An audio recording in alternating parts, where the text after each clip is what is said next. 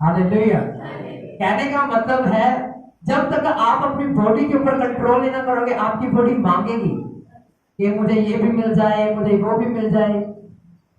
पर जब तक आपका सेल्फ कंट्रोल नहीं, आपकी बॉडी के ऊपर संयम नहीं है आपका, आप आगे नहीं बढ़ पाओगे। क्योंकि बाइबल में लिखा, जब पवित्र आत्मा हमारे अंदर आता है फर्स्ट टाइम, फिर कभी छोड़ के नहीं जाता, फिर वो अपने आत्मा से हमें भरने लगता है, अपनी सामर्थ्य से, यानी कि प्रेम से, आनंद से, धीरज से, कृपा, भलाई, विश्वास, संयम और नम्रता से।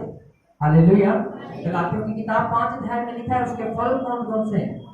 बाइबल में लिखा, जब परमेश्वर का अभिषेक हम पर उतरता है, जब वो हमें अपने आत्मा के फलों से भरने लगता है, तो आत्मा का आत्मा फल कौन सा है? संयम, यानी कि सेल्फ कंट्रोल, अपने आप के ऊपर कब्जा वो हमें देता है। हमारी बॉडी के ऊपर जो हम काम करते रहते हैं और वो नहीं करना चाहते, पर वो गलत काम करते रहते, परमेश्वर उन्हें बेड़ियों से आजाद करने के लिए संयम देता है। क्या देता है? अपने पड़ोसी को बोलो संयम। फिर से बोलो संयम। Hallelujah, hallelujah. अब ध्यान से सुनिए मेरी बात। बाइबल में लिखा, जब तक तुम्हारा कंट्रोल तुम्हारी बॉडी के ऊपर नहीं, तुम्हारे तन के ऊपर नहीं, तो तुम कैसे शैतान के ऊपर कब्जा करोगे? हालेलुया। आपका विरोधी कौन है आपको पता है? सबसे बड़ा विरोधी कौन है आपका? नहीं, आपका मन, आपका तन, जो आपकी बॉडी है। आपको पता है, अगर मैं कहूं, मैं अमन को कहूं, यार अमन ये बोर्ड उठा के वहां रख दे, ये इसकी मर्जी होगी, होगी कि नहीं होगी? मैंने तुझे एक आज्ञा दे दी, परमेश्वर ने मुझे ये आज्ञा दे दी कि व्यभिचार नहीं करना। अब वो हम पर डिपेंड करेगा क्या हम करते हैं। शैतान सेम इस बोतल की तरह हमारे सामने एक ऑफर रखता है। क्या रखता है? ऑफर का मतलब वो हमें एक, ऑफर को क्या कहते हैं हिंदी में? चैलेंज। तो इंग्लिश में होता है ना? हाँ जी, तो आप क्या होती है? लालच कह सकते हैं। हमें शैतान एक लालच देता है और वो हम पर आगे जाके डिपेंड होता है, हम पर निर्भर करता है कि हम उसे लेते हैं कि नहीं। हालेलुया। इसीलिए अपने आप के ऊपर संयम को मांगे, क्योंकि परमेश्वर का वचन कहता, आत्मा का आत्मा फल क्या है? संयम, यानी कि सेल्फ कंट्रोल। हालेलुया। कितने जन मांगेंगे? आपसे प्रार्थना नहीं। चलिए आज हम अपने वचन की ओर बढ़ते हैं।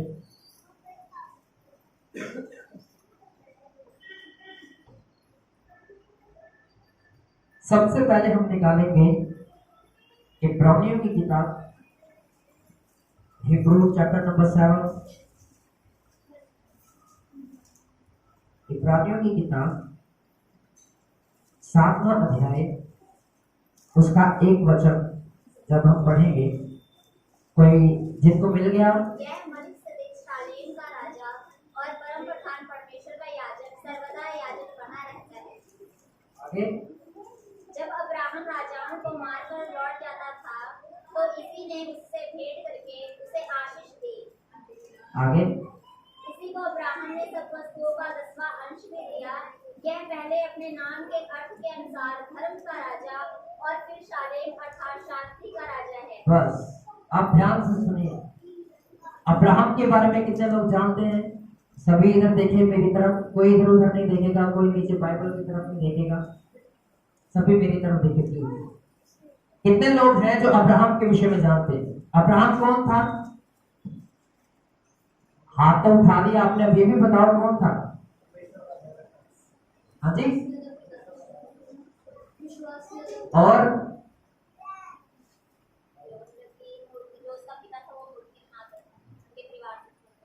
अच्छा, हालेलुया। हाँ, वो कुलपति था विश्वासियों का, विश्वासियों का पिता था। और उसका बैकग्राउंड क्या था? उसके जो पिता थे वो मूर्तियां वगैरह बनाया करते थे, पर ये नहीं मेंशन है वहां पर किस चीज की मूर्ति बनाते थे। हालेलुया। पर वो व्यवस्था तो उस समय नहीं थी, पर परमेश्वर की आज्ञाओं को मानने वाले लोग थे। और अब ये अब्राहम, बाइबल में लिखा इब्रानियों की किताब 1 अध्याय और 7 अध्याय, उसके 1 वचन में लिखा था, उसके सिर्फ 2 वचन को मैं पढ़ना चाहूंगा। इसी को अब्राहम ने सब वस्तुओं का 10वां अंश भी दिया। यहाँ पहले यह पहले अपने नाम के अर्थ के अनुसार धर्म का राजा, फिर शालेम अर्थात शांति का राजा है, जिसका ना पिता ना माता ना वंशावली, जिसके दिन ना आदि ना और ना ही जीवन का अंत है, परंतु परमेश्वर के पुत्र के स्वरूप ठहर कर वह सर्वदा के लिए याजक बना रहता है। आप ध्यान से सुनिए, आपने सुना पहले बाइबल में लिखा कि अब्राहम ने क्या किया। ये जो शालेम का राजा अर्थात धर्म और शांति का राजा है, पता कौन था? ये एक खुद यीशु मसीह था। कौन था? अगर आप उत्पत्ति 14 में पढ़ते हो, इसके बारे में फुल डिटेल में आप पढ़ सकते हो कि इससे पहले अब्राहम से लूत अलग हुआ। लूत के अलग हो जाने के बाद में बाइबल में लिखा कि लूत को उसने बोला कि यार अब हम बहुत ज्यादा अमीर हो गए हैं, इसीलिए ऐसा ना हो कि तेरे और मेरे चरवाहों के बीच में झगड़ा पैदा हो। मैं नहीं चाहता कि हमारे बीच में झगड़ा हो, इसलिए तू ऐसा कर, यदि तू दाहिने जाएगा तो मैं बाएं चले जाऊंगा। उसने कहा देख ले तू कौन सी जमीन चुनना चाहता है। जब लूत ने देखा कि यार सदोम की तरफ हरियाली वाली जमीन है, वो हरियाली वाली, उसने कहा मैं ये जमीन लूंगा। हालेलुया। इसके बारे में उत्पत्ति 2 में भी जिक्र किया गया है। वो उस जगह पर से नदियां निकलती थी जो अदन की वाटिका में से होकर आती थी। हालेलुया। वही नदी के कारण वो सदोम इतना हरियाली से भरा हुआ था, वो बंजर नहीं था। पर जो अब्राहम को जगह मिली वो जमीन बंजर थी। कौन सी थी? बंजर जमीन थी। और बाइबल में लिखा है कि जब उसने कहा ओके तू हरियाली वाली जमीन ले ले, मुझे ठीक है, मैं बंजर वाली जमीन लेता हूं। आपको पता है अब्राहम ने उस बंजर जमीन को लेते हुए भी वो कितना ज्यादा फलवंत हुआ, इतना ज्यादा आशीषित लूत नहीं हुआ जितना ज्यादा आशीषित अब्राहम हुआ। वो क्यों? आपको पता है? हालेलुया। अब मैं आपको बताता हूं।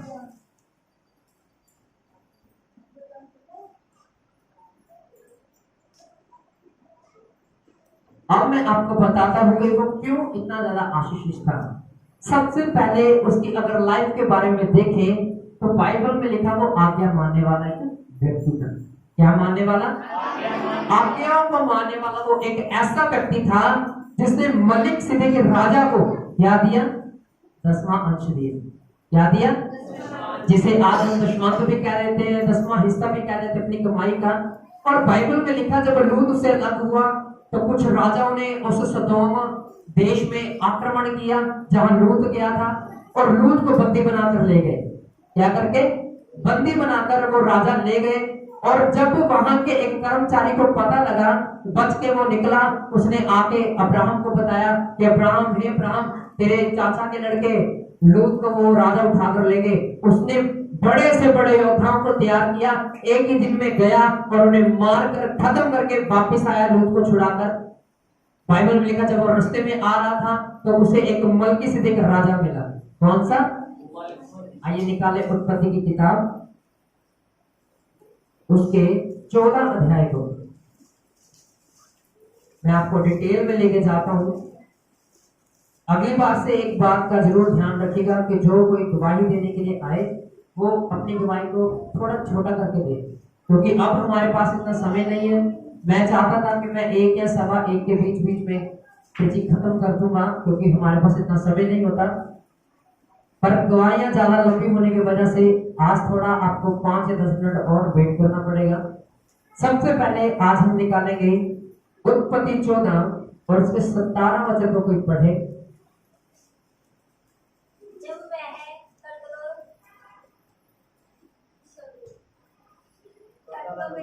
और उसके साथी राजाओं को देखकर लौट आता था, तब सदोम का राजा शावे नामक तराई में, जो राजा की तराई भी कहलाती है, उससे भेंट करने के लिए आया। तब शालेम का राजा मलिक जो परम प्रधान ईश्वर का याजक था, रोटी और दाख मधु ले आया, और उसने अब्राहम को यह आशीर्वाद दिया, परम प्रधान ईश्वर की ओर से, जो आकाश और पृथ्वी का अधिकारी है, तू धन्य हो। बस, थैंक यू। बाइबल में लिखा कि उसने क्या किया था? अपना 10वां अंश किसको दिया? मल्कीसिदक राजा को। वो मल्कीसिदक जो राजा, जब आप उसकी हिस्ट्री पढ़ने की कोशिश करो, उसकी वंशावली को पढ़ने की कोशिश करो, तो वहां कहीं भी उसकी वंशावली का कोई जिक्र नहीं है। वहां पर आगे ये भी नहीं लिखा कि वो जब अब्राहम ने उसको 10वां अंश दिया तब वो कहां चला गया, कहां गायब हो गया? पूरी बाइबल में उसके बारे में कोई कहीं जिक्र नहीं है। Hallelujah, hallelujah. पर मैं आपको बताना चाहता हूं कि ये मलकीसिदक राजा पता कौन था? यीशु मसीह था। हालेलुया, जिसको उसने अपना 10वां हिस्सा दिया। पता कैसे पता चलता है? बाइबल में लिखा, यीशु मसीह का वचन कहता, भजन संहिता की किताब, वहां लिखा शांति का राजकुमार प्रभु यीशु मसीह है। हालेलुया। बाइबल में दाऊद कहता कि शांति का राजकुमार जो दाऊद के घराने में से जन्मेगा वही शांति का राजकुमार कहलाया जाएगा। वही जाति जाति के ऊपर प्रभुता करेगा और अपना राजदंड लगाएगा और जातियों का न्याय करेगा, भेड़ों को बकरियों से अलग करेगा। हालेलुया। फिर बाइबल में लिखा, यीशु मसीह ने खुद अपनी जुबान से कहा कि शांति का राजकुमार कौन है? मैं हूं। हालेलुया। क्या कहा उसने? शांति का राजकुमार कौन है? मैं हूं। यानी कि यीशु ने कहा मैं शांति का राजकुमार हूं। अगर आप इस मलकीसिदक के नाम के आगे का जो मतलब शालेम का, उसका अर्थ था शांति और धर्म का राजा। हालेलुया। इस वर्ड से पता चलता है कि ये जो मलकीसिदक राजा था ये कोई और नहीं था, ये यीशु मसीह था। और यीशु मसीह को उसने क्या किया? अपना 10वां अंश भी दिया।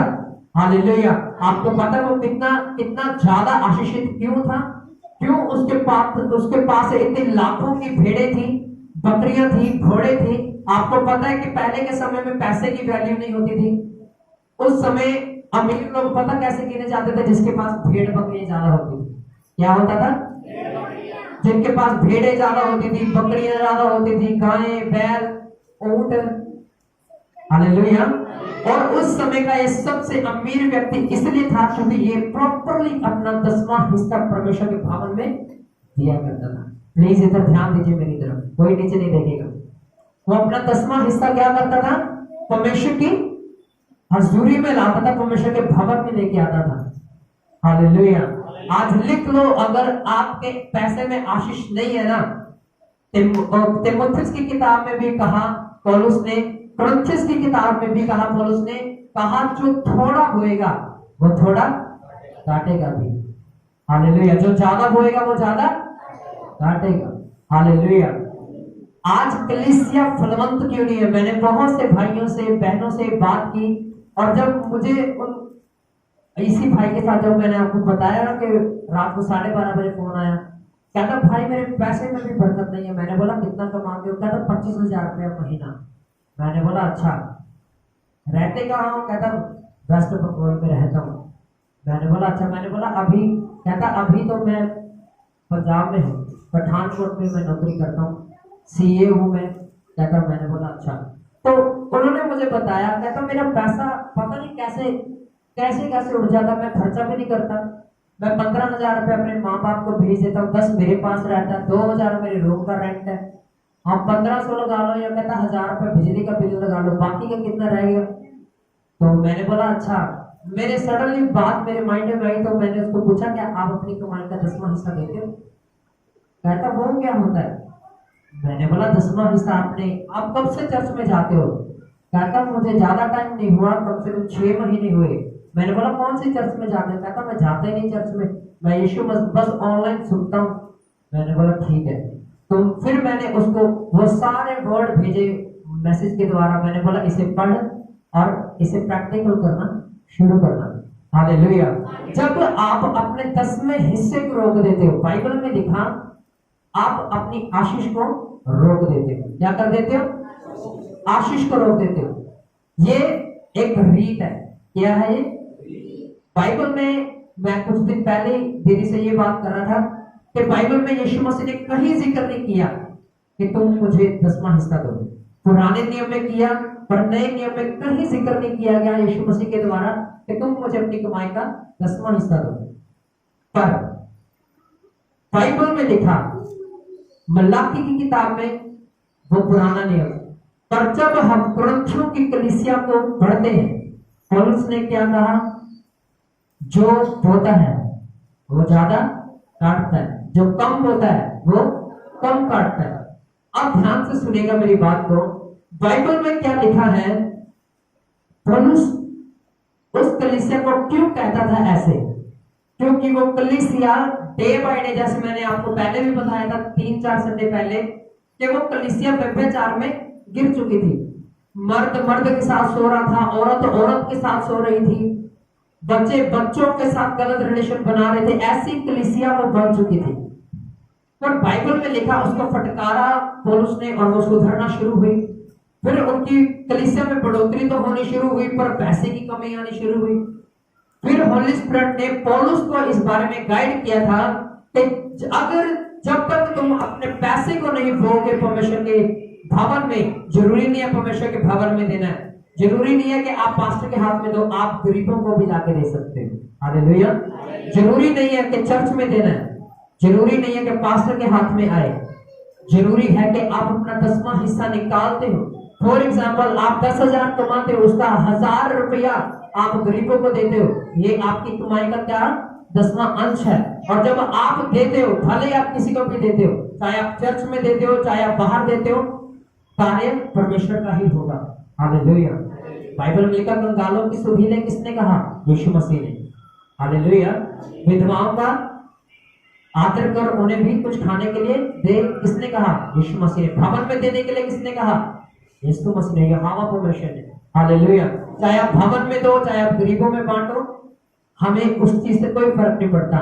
अगर आप अपना 10वां हिस्सा निकाल कर नहीं देते हो आगे, आपकी आशीष वहीं तक सीमित रहेगी, आपके पैसे में बरकत नहीं होगी, पैसे में आशीष नहीं होगी। कितने लोग हैं जो अपनी कमाई का 10वां अंश निकालते हैं? अपना हाथ उठाओ। बस हमारी फैमिली और 2 और कितने लोग हैं अपनी कमाई का 10वां अंश निकालते हैं? वो नहीं। तो फिर आप कैसे कह सकते हमारे पैसे में आशीष आ जाए, हमारे पैसे में बरकत आए? आप क्यों कहते अपनी प्रार्थना में? फिर आपको प्रार्थना छोड़ देनी चाहिए ये याद करके। आप कहो कि परमेश्वर हमारे चर्च में आशीष आए, बस। हालेलुया। क्यों? क्योंकि आप खुद अपनी कमाई का 10वां हिस्सा नहीं दे रहे। हालेलुया। मैं परसों जब मैं 200 मेरे रेवलेशन पूरे भी नहीं हुए थे, मैं उस समय भी उछल रहा था, 200 पूरे होने वाले हैं। हालेलुया। और मैं ये कह रहा था कि प्रभु, मैं वही रेवलेशन तेरी कलीसिया में दूंगा संडे, आने वाले संडे में, जो तू मुझे 200 नंबर का देगा। हालेलुया। मैं भाई से भी कह रहा था, बहन से भी कह रहा था, अजीत और सनी आते हैं, उनके सामने बहुत खुश हो रहा था, मेरे 200 रेवलेशन होने वाले पूरे, मजा ही आ जाएगा। क्योंकि जब मेरे 100 हुए थे ना, तब हम उस चर्च में थे, उस समय हम उस चर्च में थे और मैं अकेला ही उछल रहा था, और चर्च में कमरा बंद करके बोल रहा है, सो पूरा हो गया, सो। हालेलुया। पर जब मैंने ये प्रार्थना की थी कि परमेश्वर अब मुझे ये सब नहीं चाहिए, मुझे तेरी हजूरी चाहिए। पर हाँ, जब मुझे पास्टर ऑर्डिनेट कर दिया गया, उस समय मेरी लालसा और बढ़ गई थी कि परमेश्वर मैं तुझमें और बढ़ना चाहता हूँ, डेप्थ में जाना चाहता हूँ, डीपली जाना चाहता हूँ, ताकि मैं तेरे वचन को गहराई से सीख पाऊं। और मुझे, आप जानते हैं कितना महीना हुआ? मार्च में हुआ था मेरा। हालेलुया। और कौन सा महीना चल रहा है? 5-6। हालेलुया। और उस समय मैं 3-4 सालों से सो पर अटका हुआ था। हालेलुया। पर यहाँ पर जब हम आए, जब एक लालसा को परमेश्वर ने, एक खींच को हमारे मन में पैदा किया, तो वो 100+ हुआ। हालेलुया। अगर आप चाहो तो मैं आपको और भी दिखा सकता हूँ, डायरी भरी पड़ी है मेरी, मैं उसमें से कोई कुछ भी प्रचार नहीं करता आपको, मैं इस डायरी में से प्रचार करता हूँ जो मेरी खुद की पर्सनल है। हालेलुया। मैं अपनी फैमिली को भी छूने दूंगा, नहीं छोड़ा। हालेलुया। पूछ लो, सामने बैठे हैं। मैं अपनी कोई भी डायरी को हाथ नहीं लगाने देता, क्योंकि मेरे इसमें कुछ ऐसे रेवलेशन है जो कोई पढ़ेगा उन्हें समझ ही नहीं आएंगे जब तक नहीं समझाऊंगा। हालेलुया। क्योंकि मैंने अपने तरीके से लिखे हुए हैं, आपको नहीं पता लगेगा। हालेलुया।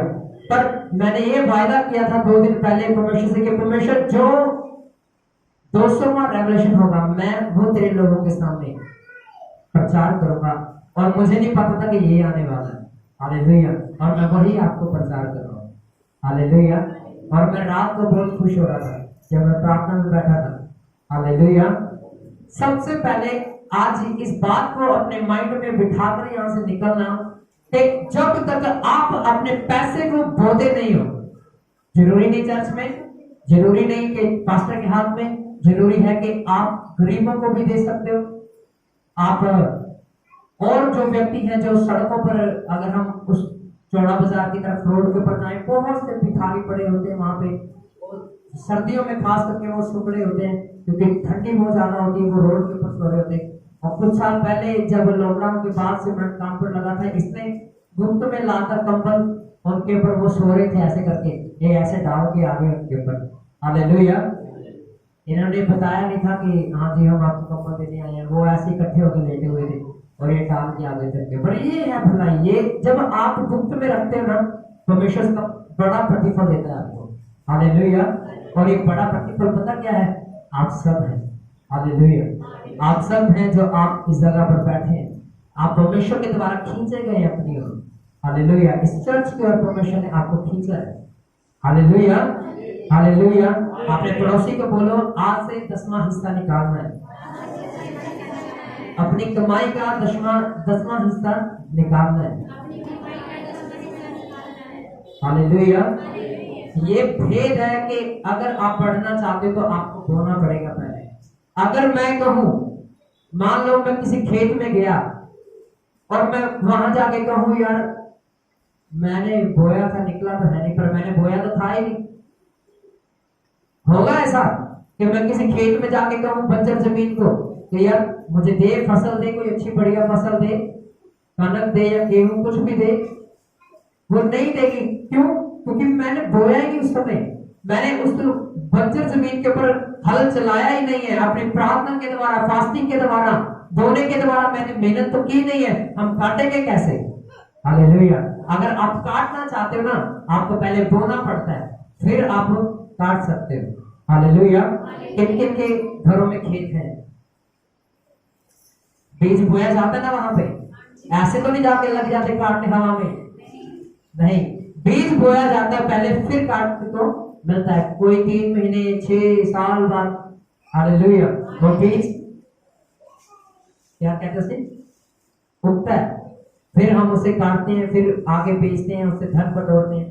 हालेलुया। सेम ऐसे ही क्रिश्चियनिटी में भी ये स्पिरिचुअल रीत है, ये एक ऐसा रूट है परमेश्वर से आशीष को लेने का कि जब तक आप बोएंगे नहीं आप आशीषित नहीं होंगे। हालेलुया। आपको पता है एक विधवा औरत यीशु मसीह के पास थी। यीशु मसीह चर्च में खड़ा हुआ देख रहा था, ऐसे करके खड़ा है यीशु मसीह और लोगों को देख रहा है।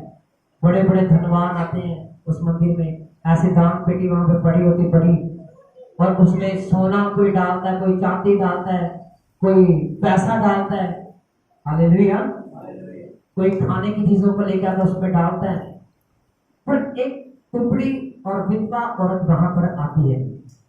यीशु मसीह की निगाहें अब उस औरत के ऊपर थी और यीशु मसीह अब उसे देख रहा था कि अब मैं देखता हूं ये कैसा बीज बोती है। आपको पता है इस समय के हिसाब से उसके पास सिर्फ 2 रुपए थे। कितने? और उस समय 2 रुपए की बहुत वैल्यू थी, क्योंकि वो 2 रुपए उस समय के मेरे हिसाब से 10 या 15 10 या सॉरी 10 कह रहा हूं 100 या 150 के आसपास रहे होंगे, क्योंकि 2 दमड़ियों से वो हफ्ता भर का राशन खरीद लाते थे। हालेलुया। हफ्ते भर का राशन उस 2 दमड़ियों से आता था। जब मैं इस चीज के ऊपर स्टडी कर रहा था परसों, तो मैं यही देख रहा था कि वो उस विधवा औरत ने जो बाइबल में लिखा कि अपना दान पेटी में डाला, भेंट जब उसने 2 दमड़ियां जो उसके पास थी उसने उसमें डाल दी, यीशु आत्मा में बहुत आनंदित हुआ। क्या हुआ? वो बहुत ही ज्यादा खुश हुआ। उसने अपने चेलों को बुलाए धरा हुआ। तुम्हें क्या लगता है इनमें से ज्यादा धनी व्यक्ति कौन है और आशीषित व्यक्ति कौन है? तुम्हें तो लग रहा होगा कि वो जिन्होंने अपनी बढ़ती में से अपनी ज्यादा होने की वजह से उसमें डाला, पर मैं कहता हूं ये विधवा औरत भाग्यशाली है और ये औरत आशीषित होगी जिसने अपनी सिर्फ 2 दमड़ियां जो उसकी जेब में था उसने दान पेटी में डाल दी। हालेलुया। हालेलुया। आपको पता है वो औरत फिर वो मुझे नहीं लगता कि गरीब रही होगी, क्योंकि बाइबल में लिखा जब एलिया नबी अकाल के समय में एक विधवा के घर पर गया और उसको कहा कि मुझे रोटी दे और खाने के लिए और पीने के लिए कुछ दे, उसके पास क्या क्या था? 1 मुट्ठी आटा था, मैदा था कि आटा था? आटा था। हालेलुया। और तेल कितना था उसके पास? एक कुप्पी। बाइबल में लिखा, उसने कहा कि अकाल का समय है, प्रॉफिट जी भविष्यवक्ता जी अकाल का समय है, हम क्या खाएंगे? उसने कहा कि मेरे लिए करके तो देख। क्या कहा उसने? मुझे मेरे पेट को भर तो सही। बाइबल में लिखा पूरे अकाल निकल गया। अकाल 6 साल बीत के, 7 साल बीत के, और उसकी वो कुप्पी का तेल कभी खत्म नहीं हुआ। जितना डाल देगी उतना भरता गया, जितना डाल देगी उतना भरता गया, जितना मैदा यूज कर देगी, आटा बरतती गई, उतना ही वो खत्म नहीं हुआ, बढ़ता चला गया। क्यों? क्योंकि उसने अपने घटती में से परमेश्वर के दास को दे दिया। हालेलुया। वैसे इस विधवा ने भी, जो मंदिर में खड़ी थी, अपनी घटती में से उस दान पेटी में डाल दिया। बाइबल में लिखा कि वो स्त्री कभी भी, अगर वो विधवा औरत सिर्फ एक नॉर्मल व्यक्ति को, एक इंसान को देने पर, भविष्यवक्ता को देने पर इतनी आशीषित हुई, तो वो विधवा औरत जिसने यीशु मसीह के सामने 2 तबड़ियां डाल दी, वो कितनी आशीषित हुई होगी। Hallelujah, hallelujah. अगर आप मेरे से एक, जब मैं नाम नहीं लूंगा, हमारे चर्च के एक भाई ने मुझसे बात की थी कुछ महीने पहले। उन्होंने कहा मेरे पैसे में आशीष नहीं है, तो मैं क्या करूं? मैंने बोला आप बीज को बो, अपने टाइट को बो। हालेलुया। अपने भेंट को बो। मुझे नहीं पता था कि वो दुश्मन से देते कि नहीं। उस समय मैं प्रीच भी नहीं करता था। मैं कभी कभार महीने में एक बार आता था यहाँ पर प्रचार करने के लिए। और उस समय उन्होंने मुझे बोला कि आज से मैं दूंगा। मैंने बोला अच्छी बात है, दोगे। और जब उन्होंने देना शुरू किया, उनके पैसे में भी आशीष आनी शुरू हुई। क्यों? क्योंकि बाइबल में लिखा जो बोता है वही काटेगा। अगर हम बोएंगे नहीं ना, हम काट भी नहीं सकते कभी भी। इसीलिए अपने 10वें अंश को परमेश्वर के भवन में लाओ, ताकि मलाकी की किताब में जो लिखा हुआ वचन है 4 अध्याय में, उसमें क्या लिखा? कहता एक बार मुझे परख कर तो देख। क्या लिखा? परख कर देख। किस मामले में? पैसे को बोने में।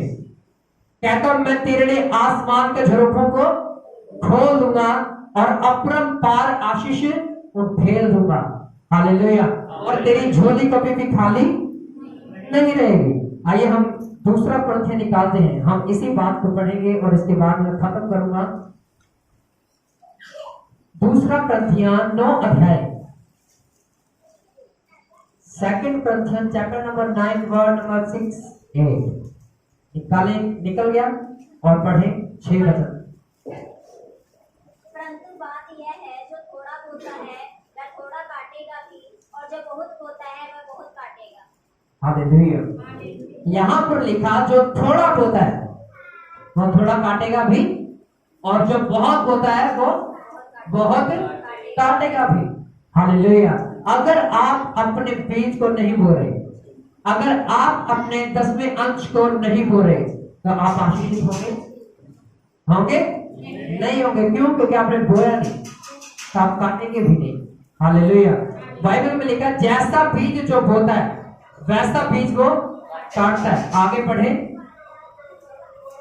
हर एक जन जैसा मन में ठाने वैसा ही दान करे, ना कुढ़ के और ना दबाव से, क्योंकि परमेश्वर हर्ष से देने वाले से प्रेम रखता है। हालेलुया। बाइबल में क्या लिखा? फिर से पढ़े इसी वर्ड को। हर एक जन जैसा मन में ठाने वैसा ही दान करे, ना कुढ़ के और ना दबाव से, क्योंकि परमेश्वर हर्ष से देने वाले से प्रेम रखता है। हालेलुया। आप इधर ध्यान दीजिए मेरी तरफ। बाइबल में लिखा परमेश्वर जोर और जबरदस्ती से लेने वाले को ग्रहण नहीं करता। परमेश्वर उसका ग्रहण करता है जिसका मन अंदर से करे। फॉर एग्जाम्पल, उठ गया,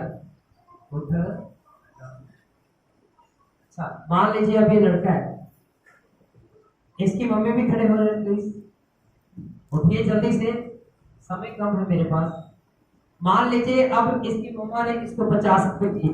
क्या दिया? 50 रुपए दिए। और इसकी मम्मी ने इसको क्या कहा? ये 50 रुपए पेटी में डाल देना। और इसका मन कर रहा है 10 डालूंगा। कितने? 40 अपने पास रखूंगा। 40 इसने अपने पास रख लिए, 10 दान पेटी में डाल दिए। घर पे गया, मम्मी क्या थी? एक कहता मम्मी ये लो 40 रुपए, वैसे देने वाला तो नहीं है ये मुझे पता है, पर इसने मान लो दिए और इसकी मम्मी कहेगी ये क्या, तुझे तो मैंने 50 रुपए कहा था, तो 50 ही डाल देना। ये कहेगा नहीं मम्मी वचन में लिखा है मन से देने वाले का परमेश्वर ग्रहण करता है। Hallelujah, hallelujah. तो आशीषित होगा कि नहीं होगा? होगा। क्यों? क्योंकि इसके मन की इच्छा थी कि 10 ही डालने, वहां पर लिखा कि जैसा जो मन में ठाने वैसा दान करें, जोर जबरदस्ती से नहीं। हम कहे लाख पैसा चर्च में ले गया और आपका मन ही ना हो, आप आशीषित नहीं होंगे और चर्च का काम भी आशीषित नहीं होगा। हालेलुया। पर जैसा आपका मन करता, आप जब आप वैसा होते हो तो हमेशा आपका आशीषित करता है। हालेलुया। नहीं, आज से करेगा इनका मत देने की, क्योंकि बाइबल में हमने पहले ही सीखा है कि जो बोता है वही काटता है। आप चाहे थोड़ा बो पर बो जरूर। हालेलुया।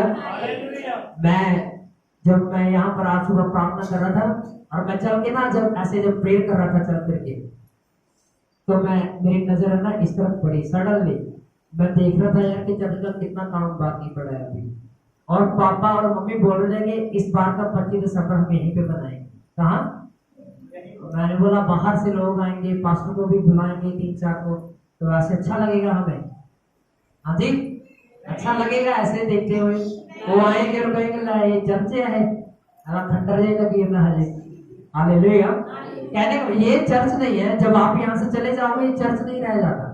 चर्च तो आप लोग हो जो यहाँ पर बैठे हो। हालेलुया। यीशु मसीह का वचन कहता मंदिर कौन है? हम है परमेश्वर का, वो हमें वास करता है, इस जगह पर नहीं करता। पर जहां हम बैठेंगे वो चीज अच्छी दिखनी चाहिए कि नहीं? हालेलुया। सो इसीलिए अपना दशवंत और भेंट जरूरी नहीं भवन में लाना है, और उनको दे सकते हो, आप बाहर जाके दे सकते हो, गरीबों को दे सकते हो, उन्हें खिला सकते हो। पर मैं चाहता हूं कि ये दिसंबर तक ये चर्च हम तैयार कर लें। फर्श पड़ना है, मैं यहाँ पे घुटने टेकना तो एक ऊपर खापड़ है ना ये जमीन, तो कभी इसमें चुभता है कंकर, कभी इधर चुभता है। हालेलुया। सो हम क्या करेंगे, आने वाले समय में पहले प्लास्टर करवाएंगे सभी दीवारों को, और फिर फर्श भी डलवाएंगे। पेंट का काम अभी होना बाकी है। Hallelujah, hallelujah. ये चर्च किसका है? आप लोगों का, हमारा नहीं है। हमने तो लगा लिया 2.5-3 लाख रुपए लेटर डालकर खड़ा कर दिया। अब इसे आपने बनाना है। किसने? बोला मैंने बनाना है, मुझे बनाना है इस चर्च को। हालेलुया।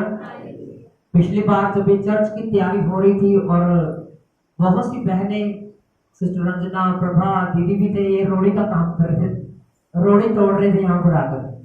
हालेलुया। वो मेहनत जो हम करते हैं ना मसीह में, वो कभी भी व्यर्थ नहीं जाती। पर बाइबल में लिखा वो मेहनत व्यर्थ नहीं जाती। पर जहां तक मुझे पता है कि यदि वो मेहनत मसीह के रस्तों में ना की जाए तो वो मेहनत व्यर्थ जाती है, अगर सही रस्तों में मेहनत ना की जाए। हालेलुया। जैसे योना को क्या कहा था परमेश्वर की आत्मा ने? नीनवे की तरफ जाना है, वहां पे जाके प्रचार करना है, लोग बच जाएंगे। वो डर के मारे में भाग गया तरशीश को, मछली आई, चलो जी उसको निकल गई कि नहीं? फिर उसने अंगीकार किया, माफी मांगी, पछताया, फिर उगल दिया उसको बाहर। जब उसे उगल दिया तो फिर गया, फिर लोग बचे। हालेलुया। इसका मतलब परमेश्वर ने सीधे रास्ते में भेजा था, वो उल्टे क्यों गया? हमें सीधे जाना है, हमें उल्टा नहीं जाना, ताकि हम भी आशीषित हो सके। हालेलुया। हमें परमेश्वर के कामों में हाथ बढ़ाना है, सेवा करनी है, आगे आना है। हालेलुया। आप समझ पा रहे हैं? हालेलुया। कितने लोग बोते आए हैं पहले? कितने लोग पहले बोते थे? बोने का मतलब है बीज बोते थे चर्च में, कहते थे यार इस चीज की कमी है, आप इसे पूरा करो, ये लो पैसा। हालेलुया। बहुत से लोग मैं जानता हूँ अभी हाथ भी नहीं उठा रहे हैं। मैं जानता हूँ शायद गुप्त में रखना चाहते होंगे, ये आपकी इच्छा है, पर मैं चाहता हूँ कि हम इस चर्च को 25 दिसंबर से पहले हम तैयार करेंगे। हालेलुया। आइए हम सभी अपनी आंखों को बंद करेंगे। सभी जन हम अपनी आंखों को बंद करेंगे। सामर्थ्य परमेश्वर यीशु नाम में मैं प्रार्थना करता हूँ, आपके पास आता हूँ खुदा, और अपने सिर को झुकाता हूँ। खुदावंद तेरा वचन हमें जो सिखाता है हम मेरे पिता उसके द्वारा करने पाए।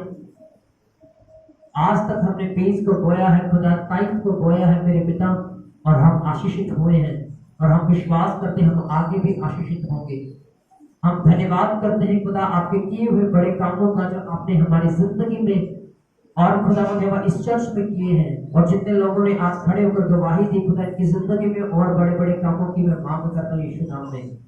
इन्हें ऐसा बना मेरे खुदा कि ये बोने वाले बने, क्योंकि तेरा वचन हमें ये सिखाता। उस विधवा ने भी बोया, वो आशीषित हुई। एलिया के समय में, अकाल पड़ने के समय में बोया गया, वो आशीषित हुई। अब्राहम ने भी बीज को बोया, वो और ज्यादा बढ़ता गया, फलवंत होता गया। बाइबल में लिखा फिर तीमुथियुस की किताब में भी पौलुस कहता जो बोता है वो काटता है, जो नहीं बोता वो नहीं काटेगा। यीशु के नाम से मैं प्रार्थना करता हूँ मेरे पिता, आज से खुदा जितना आप इनके मनों में डालें मेरे परमेश्वर जी, ये उतना बीज आपकी हजूरी में बीजने पाए और तेरे नाम की बड़ी महिमा होने पाए। आदर, महिमा और जलाल हम आपके पवित्र नाम को देते हैं, और यीशु के नाम से इस दुआ को मांगते हैं और पाते हैं। आमीन।